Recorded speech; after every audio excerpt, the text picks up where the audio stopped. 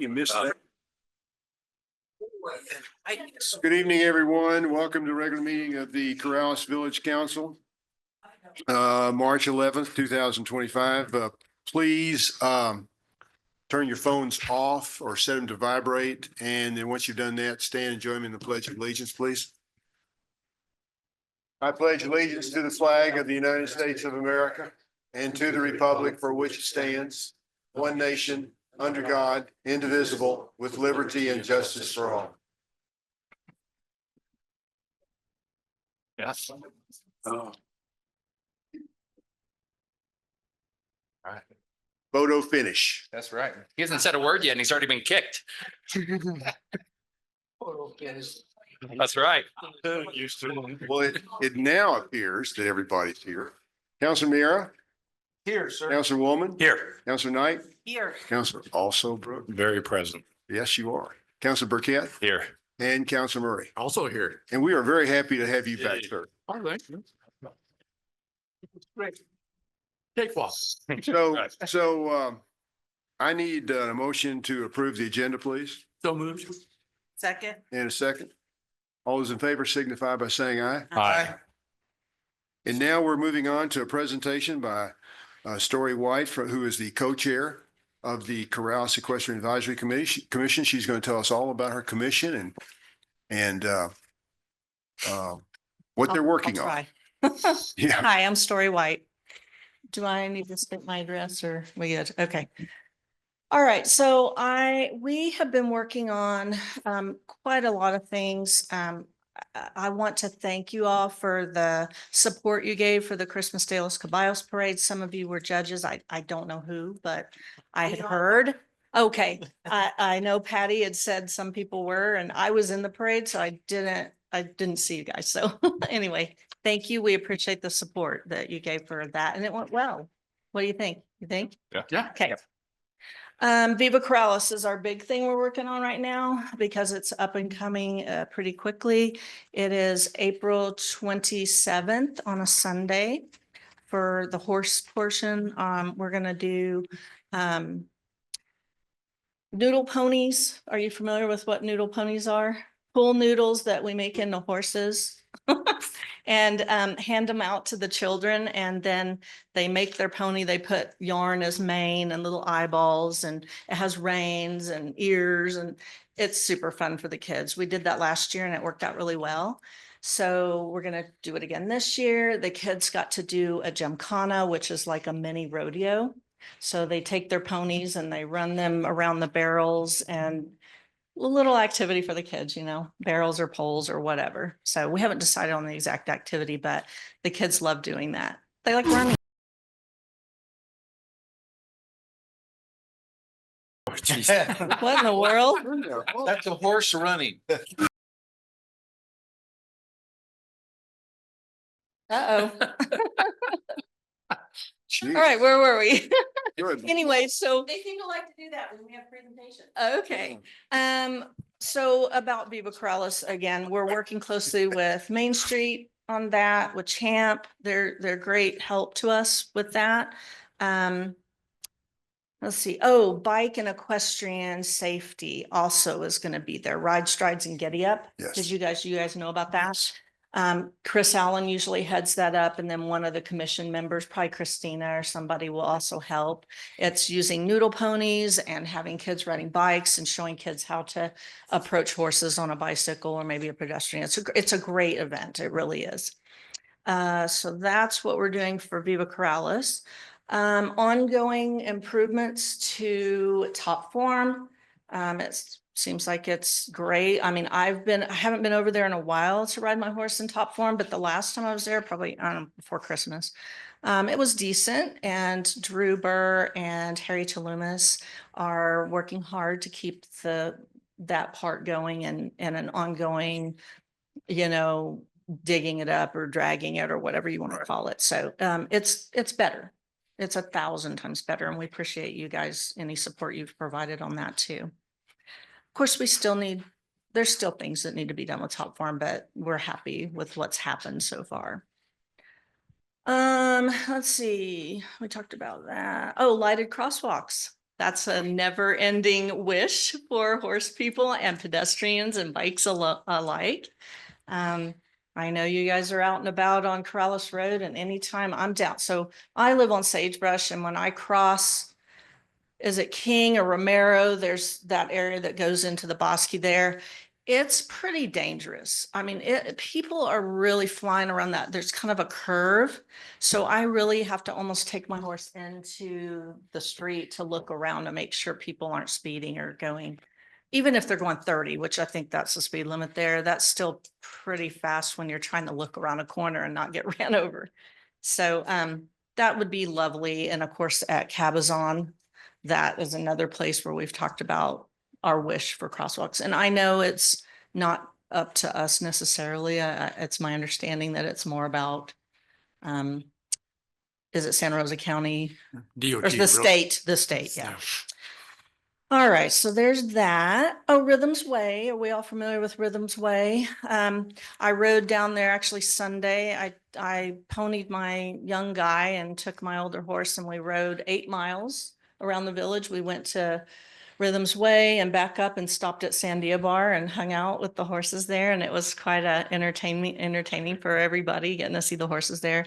But Rhythms Way does need some work and that is on our agenda eventually. We just haven't had a chance. Number one, it's been winter.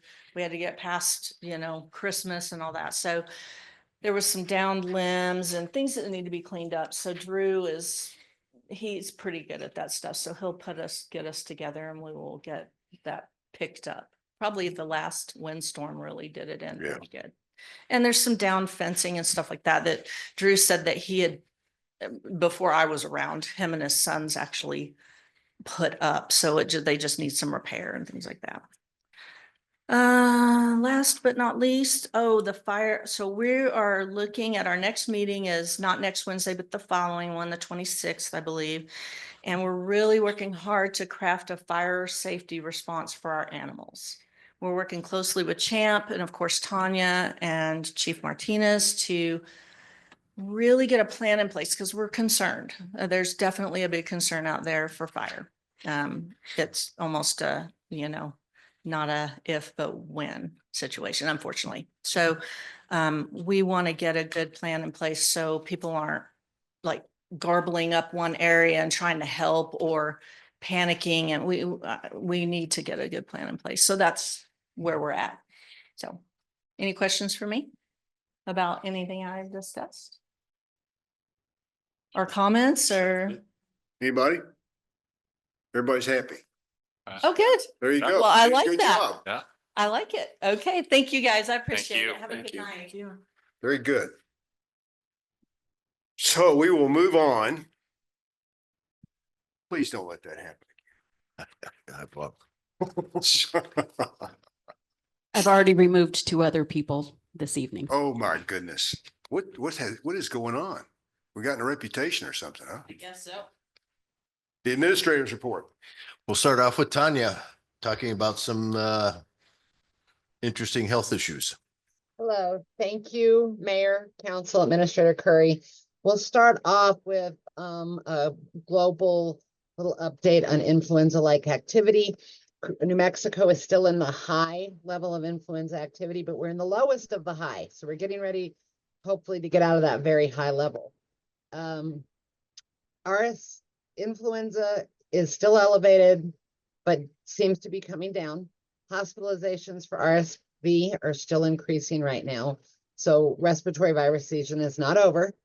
Now, remember, if you're over 65 and you got your COVID booster for 23 or 24, 25, 6 months ago, you are eligible for another vaccine to increase your immunity to that.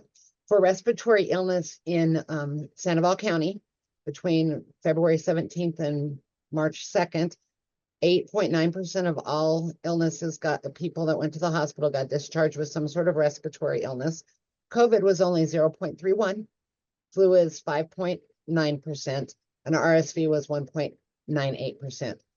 The COVID test positivity for the state of New Mexico is 2.4%, and the wastewater is low and kind of level right now, except for in Santa Fe. Santa Fe seems to be increasing its COVID level right now in the wastewater. Hospitalizations are still the greatest for anyone over the age of 75 for flu and COVID. Right now, flu hospitalizations running about 39 per 100,000 for people over 75. And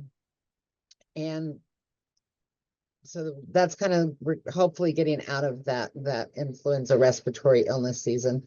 But with COVID has been low for a while, I always worry that it's going to pick back up. So get those boosters. And if you haven't got your flu vaccine, you can still receive it. Let's go to bird flu. We talked last week about the flock in Bernalillo County. There is still no H5 detected in wastewater in the 2 New Mexico sites that are reporting. And that's how they look for it. They look for H5 and then they would subtype it to see if it was H5N1. But none has been detected.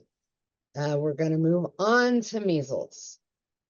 So measles, just a quick update. 3 to 4 days after you're exposed, you get a high fever, runny nose, itchy, watery eyes, maybe conjunctivitis, pink eye, sore throat, and you can get white spots in your mouth. 4 to 5 days after that, you get the rash. You are contagious with measles 4 days before the rash and 4 days after the rash starts. New Mexico now has 33 cases. They were all in Eddy County until today. Lee County. We now have one in Eddy County, and we have 1 adult death in New Mexico that they're attributing to measles. 26 of the cases were not vaccinated. 4, they do not know their status. 3 were children age 0 to 4. 8 were children age 5 to 17. 15 were 18 plus, and they're pending on 4 ages. Texas did have last week 198 cases. They are now at 223 cases. And there are over 250 cases of measles in the United States right now, and that includes California, Alaska, Florida, Georgia, Kentucky, New Jersey, New Mexico, and Texas have the most. New York City, Pennsylvania, and Rhode Island and Washington State. An outbreak is anytime there's 3 or more cases. Right now, 93% of all cases in the United States are considered outbreak. Last year, there were only 69 that were considered outbreak, meaning someone caught it who wasn't vaccinated traveling, or a young child caught it usually traveling. So these are considered outbreaks. I will be happy to answer any questions. Councilor Murray. Thank you, Mayor. Tanya, so given the high profile case on hantavirus, is that going to creep up, or is that expected to increase this year, or is it still staying kind of behind the curtains? So, last year, I believe, and don't quote me on these, I believe last year there were a total of 7 hantavirus cases in New Mexico. The year before, I think was 5, or maybe they're flip-flopped. We usually have anywhere from 0 to 10 cases per year in New Mexico. This was a high profile case. With that said, I do worry that increased drought. So deer mice are one of the main carriers. Deer mice don't like people. Deer mice aren't like your little house mouse who goes into your house, and deer mice are a little bit more reclusive. So I do worry with drought conditions, deer mice, which try to stay away from people, may be looking for water. But that's my own supposition that I worry. Anytime we have drought, we see more bears come in, we see more wildlife come down mountains. So I do worry about that. So the big thing with that is if you have mouse feces or urine, mix it with a 10% bleach solution, spray it down, let it set. They said 5 minutes on TV, 10 minutes, let it set really good. Wear an N95. We're all used to N95 masks by now. Put one on, put some gloves on, clean it up with a paper towel. Then I recommend spraying it down again with bleach, just to try to prevent hantavirus. Thank you. You're welcome. Councilor Woolman. A question on a different topic, if I may. Tanya, the application for rehab Sauce Park was due January 3rd. I was wondering if we have any updates on that, and is this part of all the grant applications that's been frozen by the administration? Thank you, Councilor Woolman, Council and Mayor, Administrator Curry. So it was submitted. I did get an email from them that they were already reviewing applications, and our application was one of 7 that was submitted and received. And we are supposed to know by April 1st. And I got that after sometime in February, I got that. So so far it's still on track to be reviewed.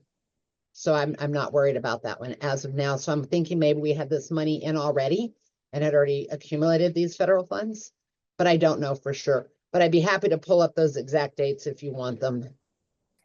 That's okay. No, if it's still in a review, that's great. I didn't know after January 20th. You No, know, I got the email in sometime in February. good. Okay, So thank we're you. still Thanks, on Mayor. track for that. Okay, thank you, Tanya. Thank you.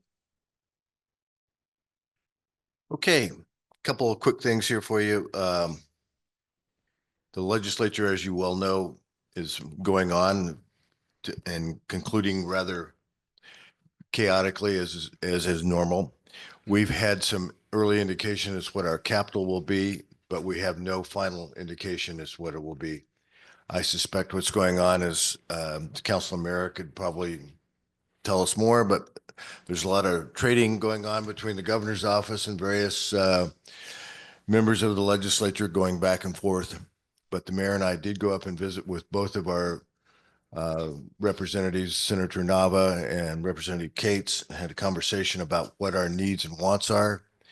And they are working together to hopefully accomplish getting us the village some issues, getting us some money. The thing that we try to impress upon them, you know, they hear, like we all hear, that the village is an affluent village. And the thing that we talked about is the same thing that we talk about here all the time, is that that's not necessarily true all throughout. And our main concern has been fire suppression. We talked about insurance rates in the village as it relates to various properties, all the properties. And there are concerns about making sure that we have good fire suppression capabilities in the village. And I think both of our legislators have gotten that message pretty loud and clear.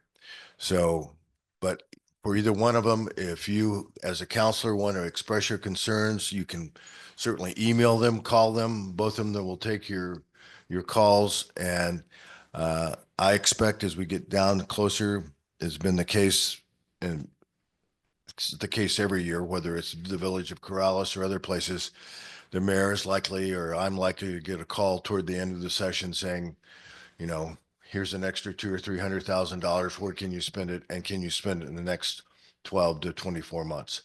So, but we are in contact with them, and they've been both of them have been very responsive. And so feel good about that.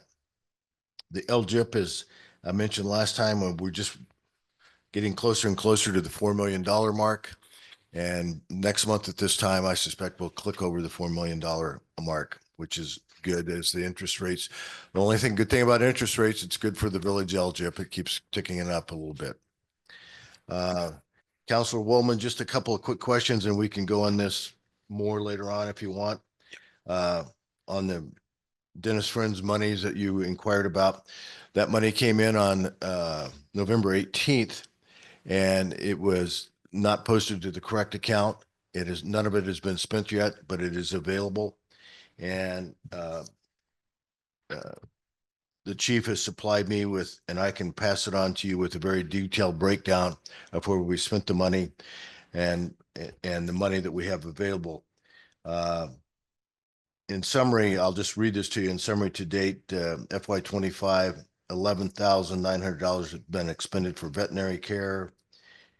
And out of $35,000 total, we broke it down into various funds, but I'm happy to give you a detailed breakdown on all this, so that, because it's probably more down in the weeds than we need to get into here, but we've got it here, and I know the chief would be glad to talk with you about it again. But now, my only reason for raising that is that, as I mentioned, I'm coming up on the budget cycle, and I wanted to know whether or not what we did last year made sense, and should we do it again to replenish that? So yeah, we're going to go into the budget sessions starting tomorrow with all the department heads. We'll be in budget meetings with all the department heads tomorrow and Thursday. And my message to them as we start each one of them, and the mayor will be with us throughout all of them, is that when we go to present a budget or ask for a budget, we're not asking for you to present us a savings account. Thank you. We're wanting you to give us a budget on what you can expend. And those of you who've been around government for a while, especially state government, you know, they're depending on the administration or depending on the particular philosophy of the Department of Finance Administration or the Legislative Finance Committee. Sometimes the governors have said, you know, don't spend all your money and then turn it back to the general fund, and that makes us all look better. Well, our philosophy here is this is not a savings account. This is a budget. So if you ask for a certain amount of money, we want you to, and you get X amount of money from the council, we expect you to try to spend it. If you can't spend it, then tell us why. If you have other ways of other needs that you don't spend it on for something, then we'll try to do a BAR to try to adjust it accordingly. So that's good information. I hope you understand that as we go into this, that's the way that we're going to approach the budget. Good. So Thank you for that. Appreciate it. The last thing I want to mention, and it's kind of like a stand up, sit down, fight. Well, not that extreme, but Meadowlark is coming. And so, and probably that's been said for 20 years or so. 25. Meadowlark's coming. Bring out the tape. You know, we're coming with, we expect to be, you know, the drawings are almost complete. And just as a quick background for you is that, as you well know, Meadowlark has a problematic, troubled past. And the most recent one was the lawsuit that we experienced, and we came out on the right side of it, thanks to Mr. Audio, was that some of the piping that runs down the center of Meadowlark was done incorrectly. And there was some litigation that ensued because of that. And some of the things that were put in did not meet the specs as far as Buy American. And so they remain in place, but the pipe that runs down, the drainage pipe that runs down the middle of Meadowlark is not functional. And then it's not functional because when you get to the end, it doesn't go anywhere. So one of the first things we have to do is, if you're standing looking uphill at Meadowlark, one of the first things we have to do is bend or take a pipe essentially and bend it around so that it has drainage going back to the north. And so we will do that. And then once that has been completed, then we'll commence going up both sides of Meadowlark to do the trails or the pathways that we're going to finish the project with. We elected there, if you go back, and this goes to the troubled history of Meadowlark. If you go back, there are thousands of fingerprints on this project going back 25 years. And so we went through an exercise 2.5 years ago, where we were looking at the traffic right-of-ways coming out on the south side of Meadowlark. And we elected not to get into a right-of-way issue with the homeowners there because we were fearful that it would delay the project because we'd be taking right-of-way out of people's properties. And so there was a discussion that we had walking the trails between myself, the mayor, Steve Groman, and some folks from Randy's office. And we elected that we could avoid having to go outside the put the right of way where we'd have to take people's property, and we can just extend out so that people can come out and look left and right and not have to worry about being concerned having to claw back into the people's property. So we're going to be able to do that, put the pathways on each side, and then we're concerned about the right of ways on the other side. So we'll have to be careful as we go up the slopes in people's driveways. But the project is there. The drawings are there. We're going to proceed. We hope to have the drawing, we will have the drawings and everything ready to go by the end of May. We'll start to do the piping hopefully around the 1st of June. We'll proceed on the project immediately after we get the piping done. One of the things that will be, our plan right now is to close the road completely. And so we'll be giving plenty of notice, obviously, as we go on that, because we considered having the project where we'd have one side closed and then have flagmen so that people could go up and down the road. But we believe we can get the project completed more quickly and more efficiently if we can close it completely and just get after it once we get the piping done at the bottom of the thing. So this is going to be flexible as far as the way that we manage it going into it, but these are the plans and we're going to follow through with it. And we've had estimates of the project taking anywhere between 2 to 6 weeks to complete. As we move through it, that could change, but we're going to try to expedite it by closing the road both ways as we move into it. But as we get down closer to the beginning of it, we'll provide as much information as we possibly can so that people are aware of what's going on, because we know it's going to be disruptive. We know it's going to make a lot of people unhappy, but we want to get it done so that it's finally behind us. Yes, sir. Thank you for that, Ron. Will there be, during any given construction day, will there be any restriction of homeowners' access to their driveways to get out? And if so, how will we go about notifying them in advance? Yes, we will be able to do that. And that part of the plan is going to depend on how the construction flows coming up to it, because that's part of the being fluid on it, because that's one of the things we have to address. And, but we're going to have to be real careful that we don't have people claiming to be homeowners and then going up and down the street. But we will definitely, obviously, accommodate the homeowners, and we'll make special considerations to do that, whether we have to go out there and contact them face to face and, make sure that they know who to call when they're coming home, if we have to, whatever we need to have to do to get it done so that their flow to their homes is not interrupted. Yes, ma'am. Thank you, Mayor. So the project will take 6 weeks, but you're not going to close the road for 6 weeks. The project, Councilor Knight, we've had estimates. Initially, I'll step back here a little bit and say, initially, we thought we would do the piping at the bottom that I talked about first. And that would not cause any road closure. And so it will not still close any road closure. So when I say 2 to 6 weeks, that portion of the timing, that's included in the 2 to 6 weeks. So there's a possibility, depending on how, as we get lined up, and we have to, you have to have timing on this, whether it's trucking, as you bring in your materials, it has to be a linear function. And so it's possible, as we get closer, as we get to the contractors, we could be talking about 2 weeks, 2 weeks to 6 weeks, including the piping at the bottom.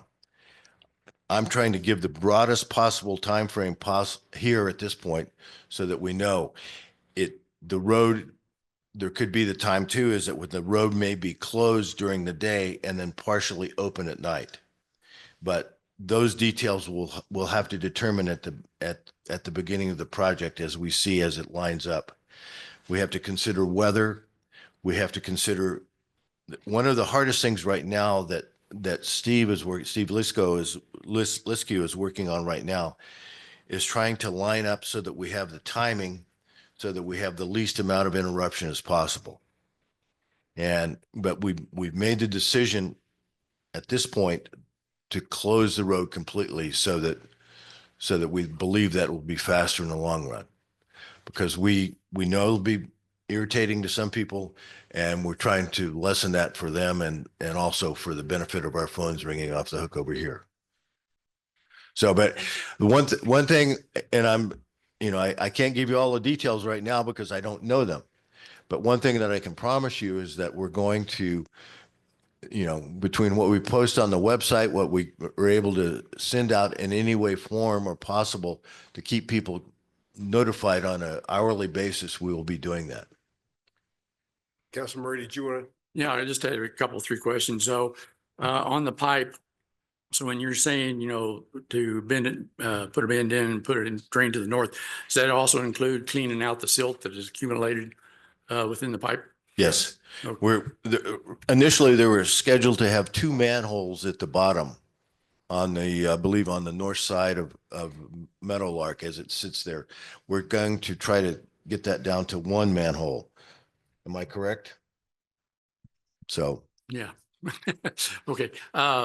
So the other part is, I think, Meadowlark from Loma Larga to Corrales Road is supposed to be done as well. Yes. Is that scheduled or is that? yes, Is that impacting what we're doing here? not at the same time, no. Okay. And then I have one question that's not connected to Meadowlark, but was the Territorial Plaza paving resolved? Have we an answer to why they paved it, and are they in violation of our land use ordinance?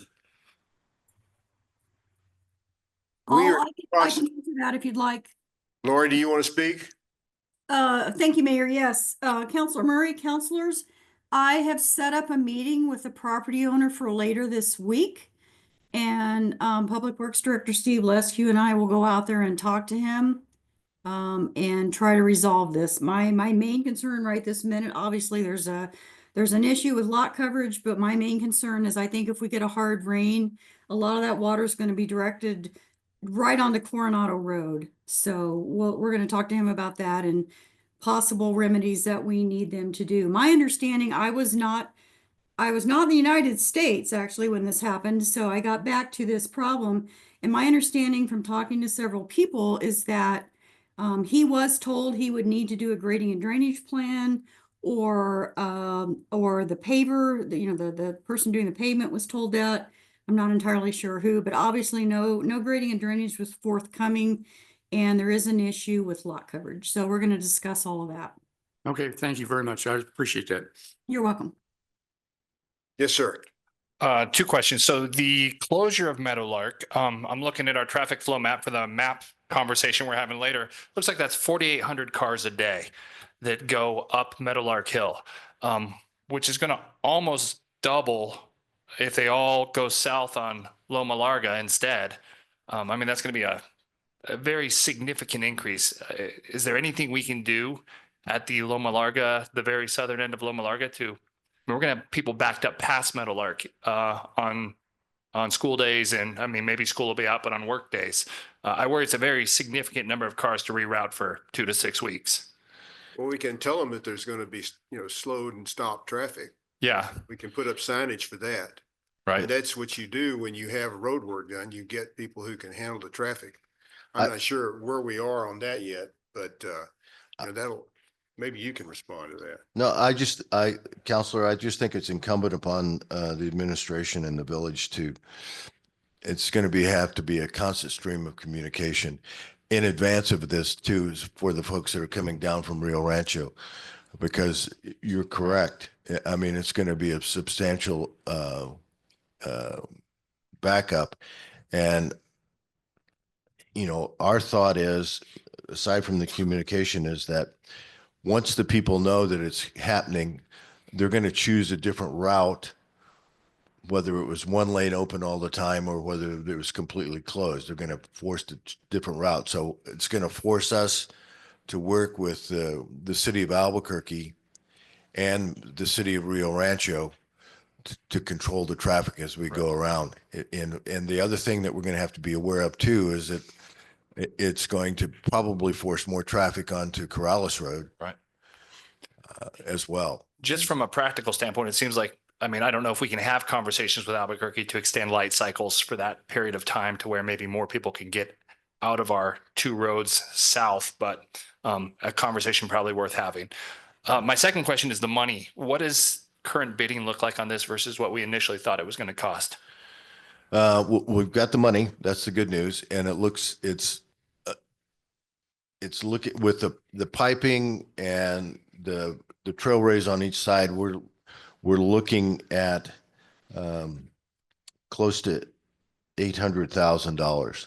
Okay. And it was initially 5, if I remember correctly. Could be that, if you'll recall, the road itself was $1 million project. Yeah. And so the trailways on both sides are going to add up to that number that I just gave you. But we believe, well, I don't believe, I know it would have been significantly more if we'd had to go in for the right of ways that we'd have had to cut out of people's properties. Thank you.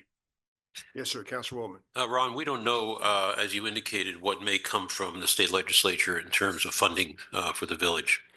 But you also indicated that in the last 24, 48 hours of the session, you may get a call. We've got a couple 100,000, 300,000. Where can you spend it? We've talked repeatedly about having projects in place, ready to go, shovel-ready projects that could be completed in a year. Are there any that, and again, we don't know what may be funded this year that maybe cover all that we need, but are there any projects you can think of now that if we do get extra money, say in the 200,000 to 300,000 range, projects we could complete within 12 months? Well, the things that we talked to the legislators about, to Senator Nava and Representative Cates, were anything that we can do to add to fire suppression. And then also the other things that they were looking at was some police vehicles that the chief had requested. And so that's where I suspect they will go. As Councilor Merritt can tell you, you can, you just never know what beast they're going to feed when it gets down to the bottom line there. And, but we have things that we can give them. Okay, good. Thank you. Yes, sir. Yes, ma'am. Excuse me. I was just gonna say, don't forget, we're gonna be talking about a road here and a new business. And that was kind of a shocker to me, since that was the first I've seen of that, where Coronado Road and Reclining Acres Road is already on a list of roads that need to be taken care of. So I just don't want you to forget that No. those, like I said, this came up and I'm like, how did this jump to the front of to the line? And these other ones have been waiting for years and not getting We have addressed. many that have been waiting for years. And so yes, but you're right. I don't know how I got up there. I just, I saw at the same time you saw the packet probably. Right. And So we're gonna talk about that later, maybe? we can, Okay. I mean, perhaps, yeah, we can talk about it later when it comes up. Okay? Are you okay? I think I'm done. You done? All right. Mr. Mayor, he's Councilman Carr. absolutely right. And I think everybody understands that, only putting it in because of what he said.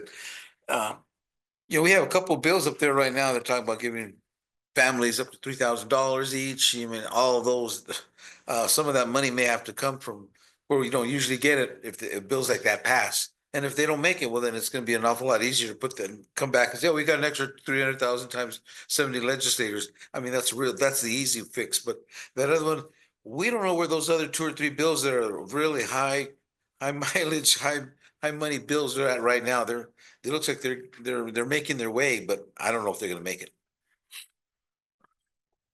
Okay, let's move on to Corleone's Forum. This section is for informational purposes only, not for discussion or debate, to inform the governing body of an issue or a concern that would not be addressed on the agenda during the business session. There will be a 3-minute time limit for each speaker. Melanie? Up first is Sabine Schurter. Sabine, if you'll come to the podium, state your name and address for the record. You'll have 3 minutes.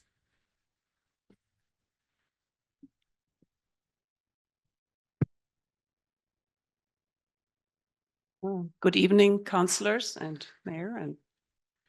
And my name is Sabine Schurter. I live on Rincon Road. I would like to thank Ricardo Blanco, who couldn't make it tonight, for sharing his thoughts, I believe, with the councilors and also with some members of the community regarding the ACD and other issues in the village.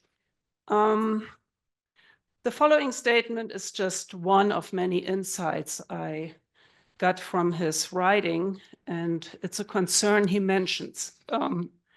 The history, mechanisms, and impacts of cultural tourism, cultural identity making, and cultural brokers have not been explored or understood in Corrales sufficiently to proceed with the ACD. I thought it was kind of an interesting thought. We all know that the ACD plan is an economic development plan, and it promotes more tourism. It will probably cause more traffic, more busyness. There will be more going on in the village. I do not remember having seen a lot of mitigation efforts offered by the author of the plan. And one thing that always has bothered me, and I mentioned it before, that residents only had minimal input in this plan. Also, I kind of noticed there is a disconnect between two tracks. The track of arts, culture, heritage, and history, which we all value, we would like to see preserved, protected. And then there's the economic development plan track. And I really don't see the intersection where both tracks will make a whole plan. But maybe it will be explained better to us, and I don't understand it good enough. So also a concern is that the plan does not seem to really commit to the rural values that a lot of, or many Coraleños mentioned and supported in the comprehensive plan. And I don't think it really discusses the impacts of cultural tourism. I at least don't remember a whole lot about that. So anyway, there's a lot of issues. And I guess all I want to say is please consider the finalized comprehensive plan once it becomes available before voting on the ACD plan to make sure that the values expressed in the comprehensive plan by the residents of Corrales will be recognized. Thank you very much. Up next is Pat McClernand. Pat, if you'll come to the podium, state your name and address for the record. You'll have 3 minutes. Pat McClernand, P.O. Box 2012, Corrales. Mr. Mayor, councilors, you will be again looking at the ACD at your next meeting, and I have a concern. Corrales Main Street works as a developer and a promoter for projects throughout the village. Since 1998, CMS has become the de facto Chamber of Commerce and Activity Director for the village. The current administration utilizes this organization for everything from land use planning to organizing every event within the village. The leadership of CMS is predominantly business-oriented with a high skill level for business development. There's little balance with the quality of life for residents who lack representation in the organization. The results is a pro-business approach. There are no guardrails to balance the required between residents and business. CMS is ill-suited to protect the residents while gross receipts remain the driver for everything developed under their leadership. There remains overt conflicts between the comprehensive plan and the proposed ACD. The comprehensive plan is for the village, while the ACD plan is directed towards visitors, creating the inherent conflict. The overwhelming desire of respondents is to remain rural. Inviting additional visitors to the village to enhance the economy is in conflict with the quality of life most residents expressed. Only 16% indicated that a vibrant downtown was their preference. Additional traffic implied by increasing numbers of visitors conflicts with the comp plan where automobile traffic was mentioned as a major problem by 65% of the respondents. The fact sheet published on the CMS website states that the Cultural Economic Development Plan is not a plan to build a metropolitan downtown district or attract new businesses. Yet their plan calls for leveraging economic activity. They expect villagers to believe that all this can be accomplished without increasing traffic, which only ensures more businesses will follow. Our location relative to the surrounding metro area ensures visitors will continue to come to our community without a state designation, without branding, and without advertising the principal tools of Corrales Main Street. Thank you. Next is Gray Howell. Gray, if you'll come to the podium, state your name and address for the record. You'll have 3 minutes. Thank you, Mayor and councilors. My name's Gray Howell, and I live at 344 Manure Road. And I want to start out by saying my father told me once that he rode his bicycle out here, and this was in 1953. And he rode out here from the North Valley and rode down Corrales Road, and he was just struck by the overwhelming smell of blossoms. It was like perfume in the air in those days. It's a small farming community, of course. And at any rate, as soon as he got back home, he told my mother that they were going to call Corrales home. And I came along shortly after that. And my memories of that are pretty much the same. Now, I know that those days are long gone now, and they're not coming back. But there are still remnants of that here that are should be cherished, of this community and this wonderful, magical place. And I think it's the remnants that I see are forever threatened by overdevelopment. I think the comp plan, for the most part, is a good guide to follow for this community, and considering that most people moving here would like to see the rurality is left preserved and low on traffic, or as low as we can keep it. On the other hand, the ACD plan, plain and simple, is an economic development plan which promotes more and more businesses and attracts more regional traffic in every way, and more business there too. And I'd like to know what's in it for us locals that have lived here for so long and want to preserve our quiet, peaceful way of life, as well as the people who have moved here and want the same. I think Corrales' growth is maxed out at present. And I think we're just on the way to making it worse. I'd rather the ACD plan wasn't passed at all, but at the very least, wait until the comp plan has been finalized and accepted by the general public before there is a vote for adoption. Thank you. Thank you. Up next is Fred Hashimoto. Fred, if you'll come to the podium, state your name and address for the record. You'll have 3 minutes.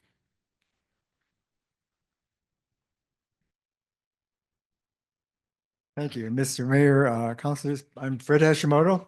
I live down the road at 485 East La Entrada. The accident from 3 weeks ago is still fresh in my mind. Every time I drive down my road, La Entrada, to get on the Corrales Road.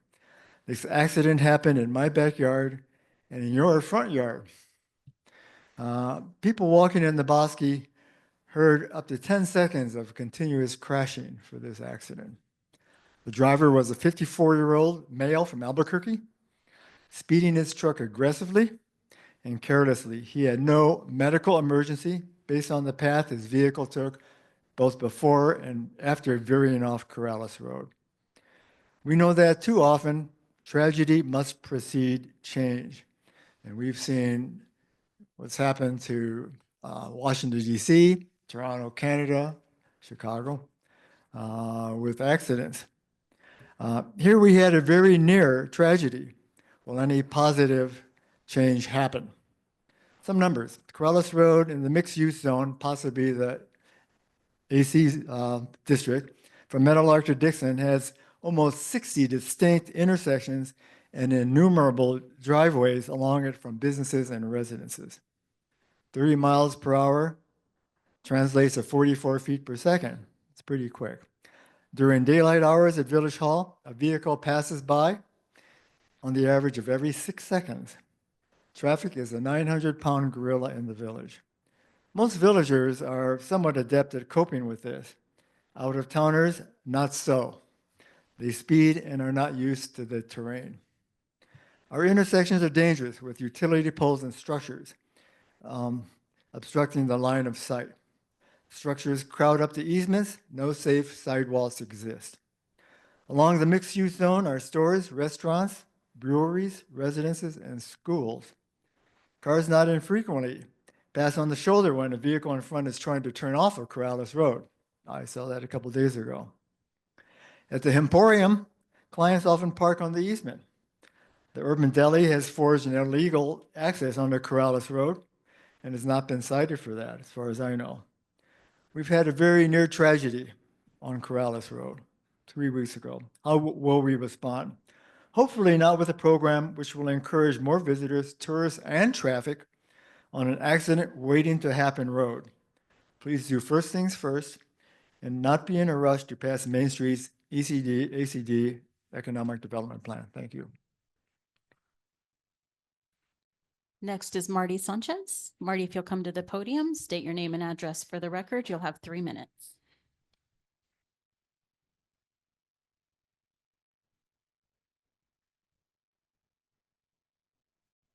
Good evening, councilors. My name is Marty Sanchez. I live at 338 Wagner Lane. Often see the mayor walking by. Get to see and wave to him. I have to tell you guys, I enjoy seeing a lot of you all out and about, and I do see you. I like it. It gives me some familiarity about the village as it is now. I have to tell you, when Corrales was Corrales, in my mind, you could always walk outside, and I've heard Gray say something similar about smelling the blossoms. For sure, you could smell the blossoms. You could also smell horse manure. You could smell the goats. You could hear the sheep. I still have remnants of cows that would walk around when Wagner used to rent out his male cow, his bull. I loved those things. They were so endearing. They made me feel like this was paradise. Now, I have to tell you all, I grew up as a street kid in Varelas. And we literally played on 3rd Street and 4th Street. I knew nothing of this life until then. My future husband and I used to come out when we were high schoolers and just roam the place. And as fate would have it, go and steal some apples from Gus's back orchards. But we eventually ended up deciding we were going to live here. This was so different from the life we grew up in, because my husband and I both grew up in Varelas. And we really wanted to raise a family here. The bottom line is, for me, if ACD comes in and, I'm going to use the word, the nasty word, changes all of this, it's not going to be Corrales anymore. Traffic is a given. We are going to have exuberant amount of traffic with, as Fred said, people who are not used to running the streets and knowing how to navigate them. I remember years ago, I used to get behind a tractor going down Corrales Road. My thought was, geez, Louise, can't you pull aside? I gotta go. I was only going at that time, which was back in the 70s, 25 miles an hour, but he was going slower. I long for those days now. That's unheard of. Instead, I've got some hot rodder and a beautiful blue Charger, newer model, speeding up to my bumper, going around me, whizzing down Corrales Road. And I've got my grandson in the car. And I'm thinking, really? Thank you, Marty. That's your time. Thank you. Nobody's going to stop him? Please stop the ACD. Thank you. Next is Teresa Lopez. Teresa, if you'll come to the podium, state your name and address for the record. You'll have 3 minutes. Way down. Teresa Lopez, 025 Rupert's Lane. Thank you all for listening to our stories, and I hope you all read Ricardo Blanco's letter. It's amazing. And I'm going to repeat what all these guys said. And I'll start this by saying again, what attracted you all to live in Corrales, our village? Te puesto mi nuca, as my mama would say, which translates to, I bet you my neck. If you really look at those past days in your heart, it wasn't fancy gallery. I mean, get emotional, so take off my minutes. It wasn't fancy galleries, shops, or upscale restaurants. It was a ruinous of our village. So why do you want to change it? For what brought you here in the first place? I'm a descendant, and I feel that Corrales is in my DNA, my blood, my heart. Corrales is my cadencia. There are many people that are not descendants, but still love the reason that they came to live here, for which you guys probably did too. It has become their cadencia, which means the pull or draw that some feel, that feel secure at home with the land and the people. There are so many reasons that the Correreños don't want the ACD.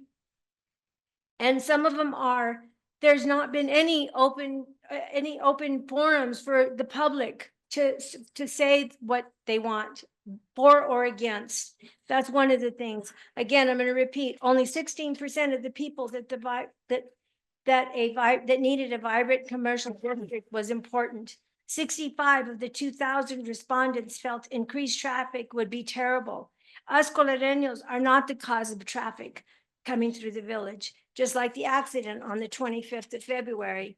That accident was put out that evening as a medical incident.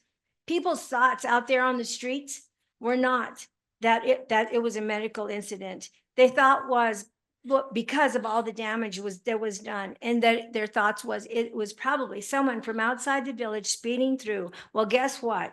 A week later, it was finally put out by the police department that the person was cited for careless driving. I live on the north end, and once you go around Sagebrush, my house is the one that has gotten hit. Luckily, it has been a couple of years, quite a few years actually. But now if this ACD passes, there's going to be traffic up and down this road going fast. I hear them at night speeding once they make that curve going down the road. The truth is we're becoming Taos or Santa Fe. The ACD will destroy our village. And you don't need to provide a vibrant arts and cultural district in our village to anyone. If you would really just open your eyes and hearts and see that there is still some of the old Corrales left for us. So enjoy what you moved here for in the first place and stop trying to change it to please other people, which would be the tourists. We don't need an ACD here. Please wait for the comprehensive plan is a help, but we don't need the ACD. Thank you. Okay, Bill Perkins. Bill, if you'll state your name and address for the record, you'll have 3 minutes. Thank you, Melanie. Bill Perkins, 5768 Corrales Road, Mayor, councilors, thank you for this opportunity. A few months ago, Tessa Davidson, our neighbor, gave a thoughtful presentation to the governing body on issues around noise and approaches to an ordinance that to address the nuisance levels in our village. At that time, she observed that a village ordinance prohibits the sale of alcohol to customers outdoors at drinking establishments. Maybe I am naive, but I would have thought that this governing body would have moved in a timely manner to address both of these issues. But now, as warm weather returns and drinking establishments are prepping their facilities for outdoor music, I wonder what has become of these issues. Maybe it's common for municipal officials to turn away from laws that may be inconvenient, or where confrontation could risk jeopardizing the gross receipts tax revenue stream that keeps coffers robust. Or maybe the governing body wants this issue to be addressed in the summer months, when bar patrons who love loud music can stand up to those of us who cherish the remaining pastoral character of this, our home. I appeal to the governing body to move forward on a meaningful, enforceable noise ordinance and also update the rules regarding alcohol sales at our outdoor establishments and at our local drinking establishment. And I also add, please defer voting on the ACD until after approving the comp plan. Thank you. Thank you. Okay, next is Salome Ward. If you'll come to the podium, state your name and address for the record, you'll have 3 minutes. Okay. Hi, my name's Salome Ward. I'm on East Meadowlark Lane. Thank you, all of you, for what you do and all the time you devote to serving your community. So it's very much appreciated. I guess I'm also with the theme of the evening, and I would like to also ask that the comprehensive plan first be approved before the council addresses the ACD plan. And I'm hoping that all of you would recognize that the ACD, which has a regional focus and was written by New Mexico Main Street, essentially, is it's in direct conflict with the comp plan, which was created by Coraleños and for Coraleños, and seems to do a very good job at capturing what our village is. As for the ACD, as other people here said too, it is very much a economic development plan. There's a lot of pretty language in there, but in the end, it's about economic development.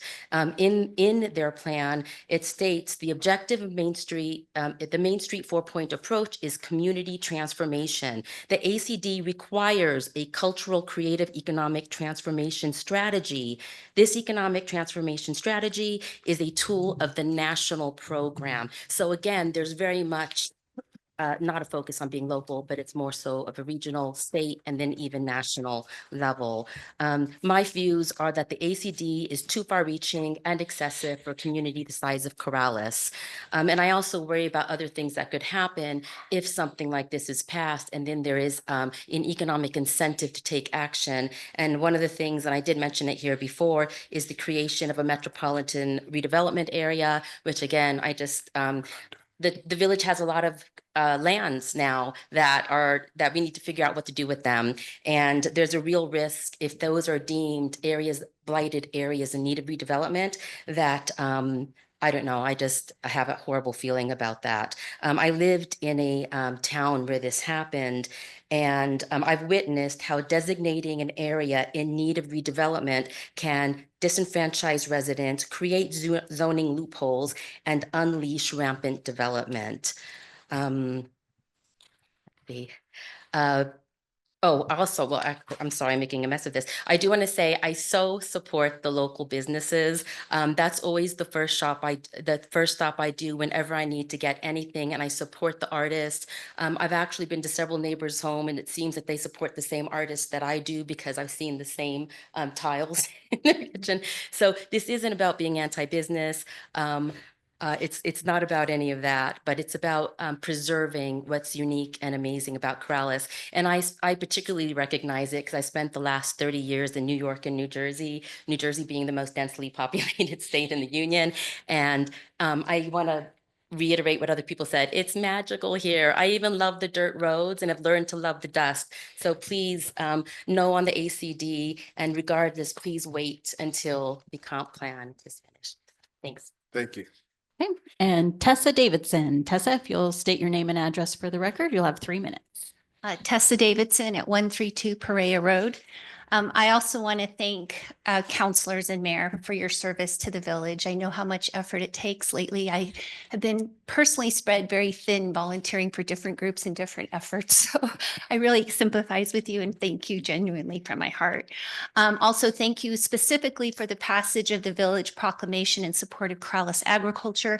I just attended our board meeting this afternoon. And I also want to specifically thank Councilors Mieta and Waldman for going to our membership kickoff meeting last week. It is so wonderful to see you show up at gatherings of residents and showing that you're interested in the issues that we're pursuing for the village. Really, really appreciate that and thank you. Also, as a result of the last meeting, the council meeting, Mike Hammond drafted a letter to the governor of Sandia Pueblo. We call ourselves Corrales Farmers Cooperative CFC. We distributed that letter to membership. Also, other groups picked up on that chain. We got a lot of people signing that letter in support of the siphon issue and asking the Pueblo to cooperate with the village and MRGCD.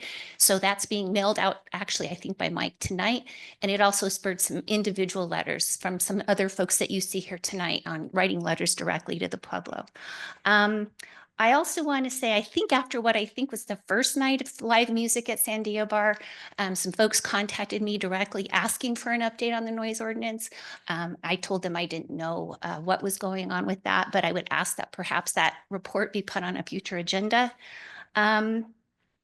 And finally, I want to say thank you, Gray, Marty, and everybody for invoking some memories I had when I first came to Corrales. I think I was like 5 years old. My family was friends with Evelyn Losak's family. My grandparents were their friends. And I fell in love with this place when I was that little. And I said, someday I'm going to move there. And I finally achieved it 25 years ago. And 25 years ago, it still felt like it did when I was young. At least to me it did, because I worked really, really hard to get here. And I would ask again and echo some of the sentiments of others that you please wait for the comprehensive plan's passage before acting on the ACD. Thank you. Okay, Mayor, that's everyone. That's all? Okay. That's it. So now we'll move on to council forum. This section is for informational purposes only, not for discussion or debate, to inform the governing body of an issue or concern that would not be addressed on the agenda during the business session. A council member may, however, respond to an issue or concern brought up by a resident in the preceding Corralinos forum, but to remain in compliance with the Open Meeting Act, the subject will not be up for debate or discussion. Councilor Knight. Thank you, Mayor. This week I talked to our Public Works Director, Steve, about the sign that has been erected up on Recon Road that says a private road. And I thought, geez, I thought this was taking care of the village. It's on usually one of the handouts that we get in our agenda, what roads were worked on. So I asked Steve about that, and he sent me some information, and I guess it isn't a private road. Yes, it is. Well, the one piece of material that I got from Debbie and David Haig. So it is a private road, but it's a public roadway. Okay, so It's a stipulated settlement, judgment, whatever. And so it is still a private road because their property goes to the middle of the road. And so it's one of those Corrales acres that we used to hear about many, many years ago. right, but we have more roads like that the village But doesn't. they don't take have care of. stipulated settlements where we are bound by a judge's ruling. And if I may, Mayor, Sure, go ahead. it was, whenever you have a case like this, it creates unique one-off situations. And this judgment declares that the road is owned by these individuals. But it was dedicated for public use versus just a private road for access. So that's why it's a unique designation, and that's why we were required to maintain it under that order of the court. I was wondering, how did this new sign just pop up on there? If it was an individual or, someone on that road, did they talk to their neighbors about that? I just feel like it's very kind of an unfriendly, unwelcoming sign that, is right off Corrales Road. So I saw it and I had some questions about it and didn't understand how a public road could say it's private, but then the village takes care of it. So I saw the information that you gave me about the court's ruling, and I saw the other letter that was sent. So I guess that explains things. It's just, again, I wanted to know, like, who put up that sign? Was it the village or just an individual decided to do that on their road? Probably the latter. And maybe at some point in the future, it'll be like that coyote sign on Corrales Road. It'll disappear. All righty, thank you. Thanks, Steve. Just, can I ask a quick question about Yes, that? sir. So the court order overrules anti-donation clause statute stuff? My question exactly. Because, yeah, I mean, it seems like we're in clear violation of anti-donation statutes if we're managing that road. Yes. Justice is blind, I guess. Not according to a judge, and there's the rub. Right. Yes, sir, Councilor Murray. Thank you, Mayor. So back on March 5th, the Mr. Cog Water Resource Board meeting met, and I hope you all got the slides that were presented to us. Basically, the state is formulating the rules. There are a bunch of councils and maybe more committees being formed across the state because of the Interstate Stream Commission rules that are going to be propagated sometime probably beginning next year. It's not looking good, obviously. You know, we got the report from Jason Kazuga that the snowpack's not good. Hopefully we'll get a good snow maybe this weekend, but that's still not going to help us much. So the basic premise is, though, that Mr. Norm Guam presented his presentation that the state is still approaching out of compliance deliveries to Texas. And we are in deficit, I forget how many 100,000 acre feet of water. It doesn't look good. Basically, if we go out of compliance, then it's going to cause the courts to get involved, and we probably will see even more reduced water from the MRGCD because everything will probably be sent down to Texas based on the court's judgment. So it's an interesting meeting. We had 3 interesting presentations, and I've sent my synopsis off to the Sam Thompson, and you may have seen it going around. But anyway, take a look at those slides though, because that's where it's coming from. It's just not, the water's not there. The prognosis is not good. Climate change is here. And whether we like it or not, you know, the rules are coming. So the state's going to really, step in and probably change things quite a bit. I'm not going to say thank you. No, I know. I don't blame you either, but Ray of sunshine. yeah, hate to rain on your parade, but and there's no rain. Well, I wish you would rain on my parade. I know. Jeez. Yes, sir, Councilor Woolman. Mayor, I was wondering if I could ask Tessa Davidson to come up and maybe give an update what's happening with the court case that was before the Supreme Court. But you may ask her, but it's up to her if she wants to come up. Would you be so kind as to?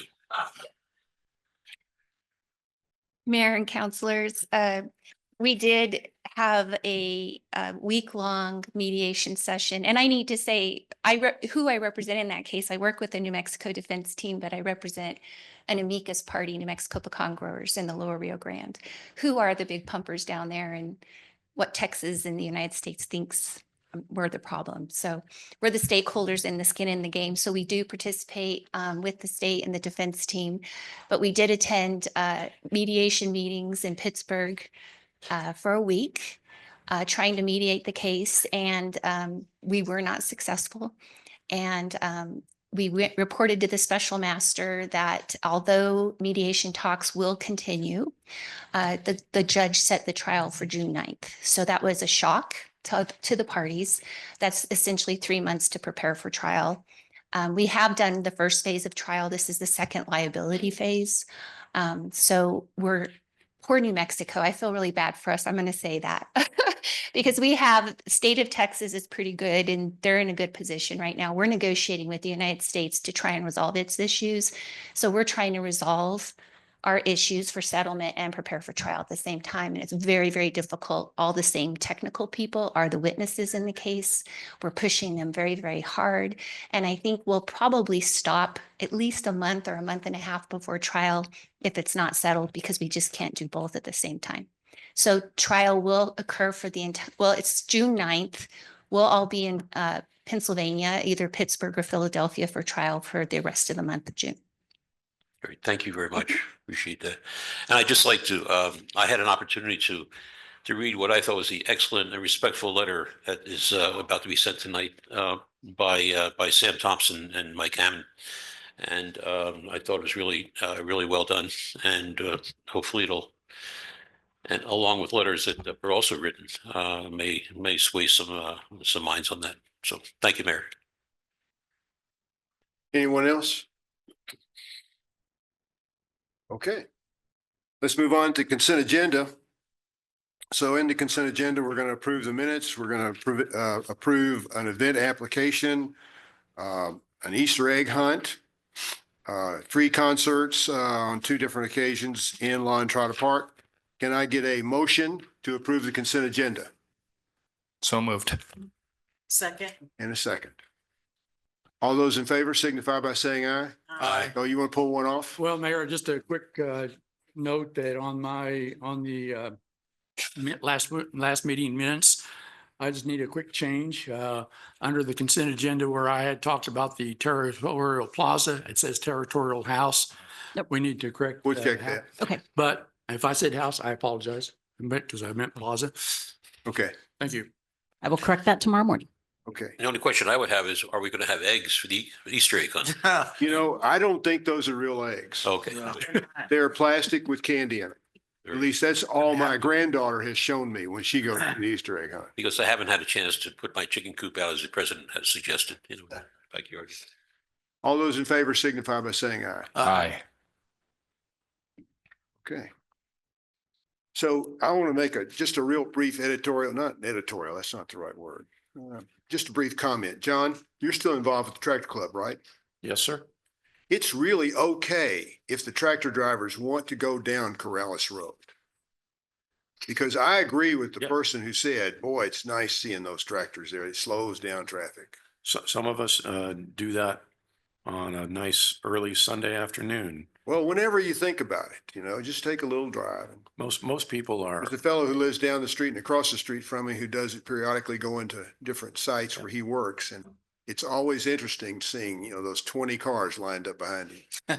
Most of them are happy and wave with the occasional fool in the middle.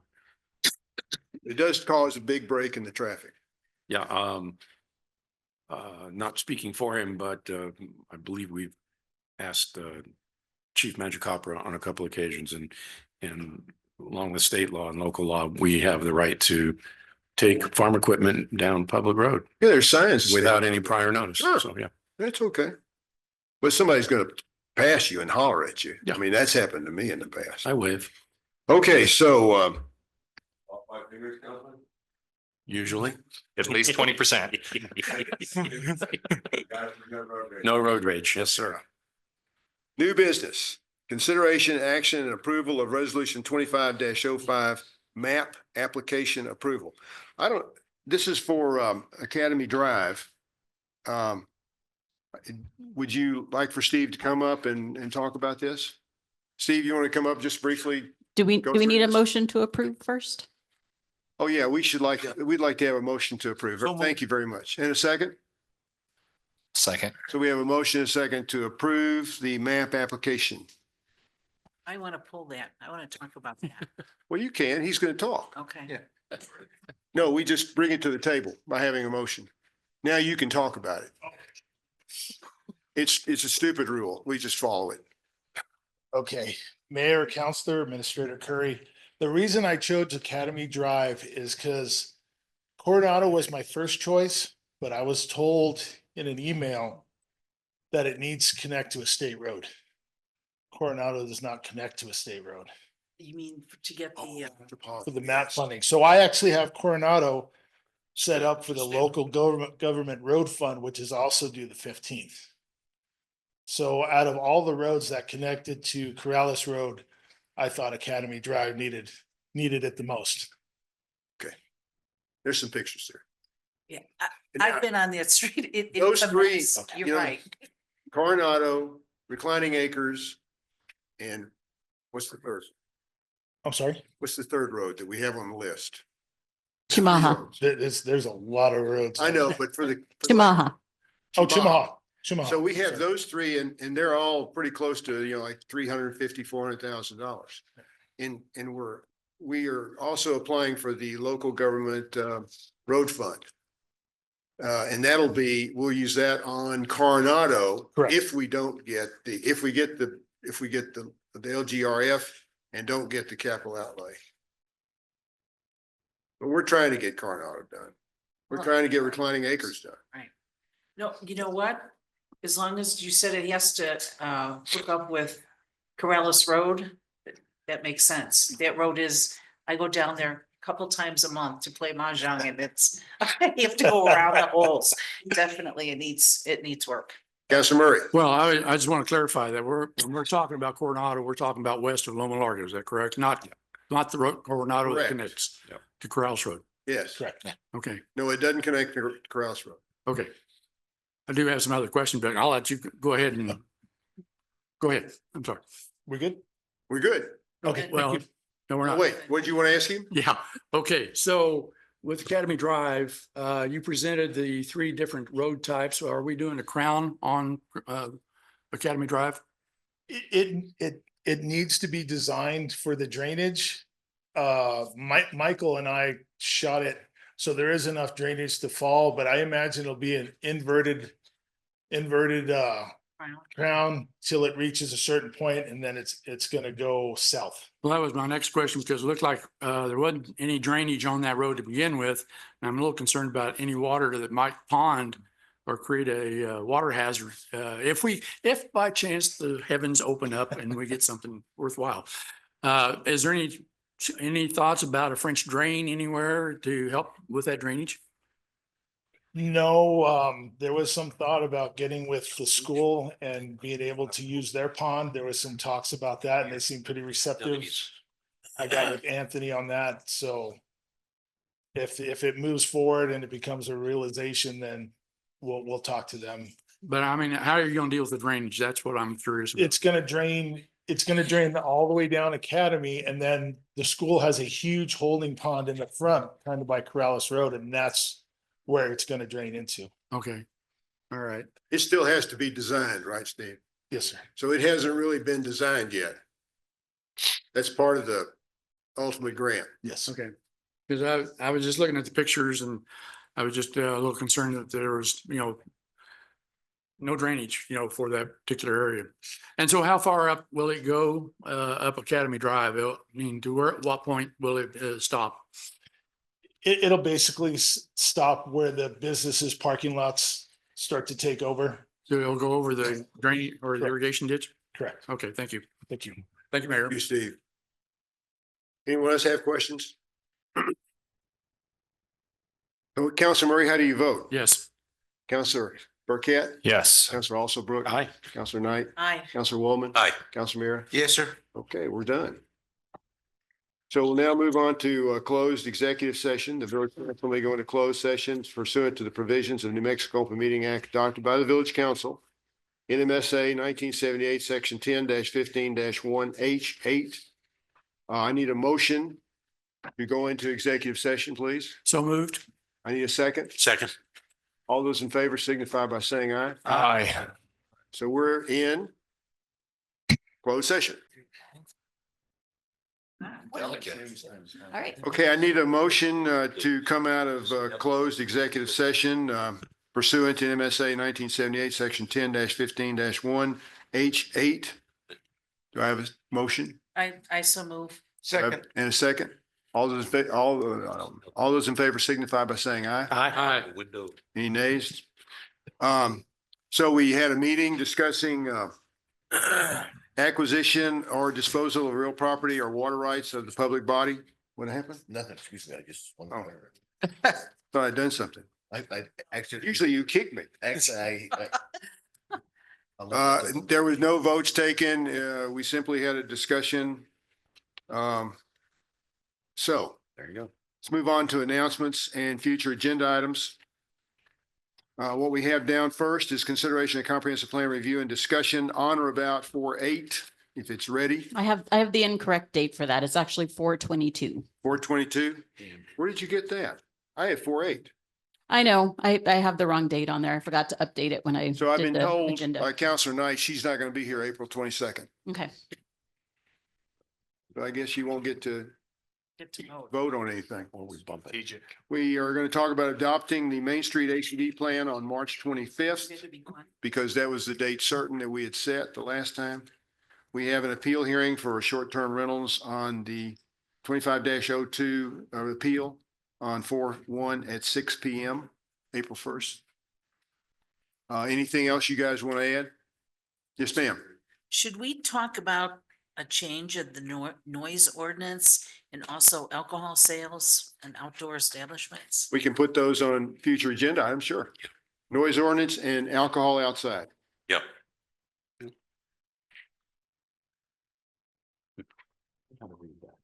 I just read it. It's interesting. Yeah, I was just looking at it. No, it's accurate. Okay, anything else? Right. I wrote it down. Okay. Is there no further items to be discussed and the business meeting is finished? Meeting is adjourned. Thank you.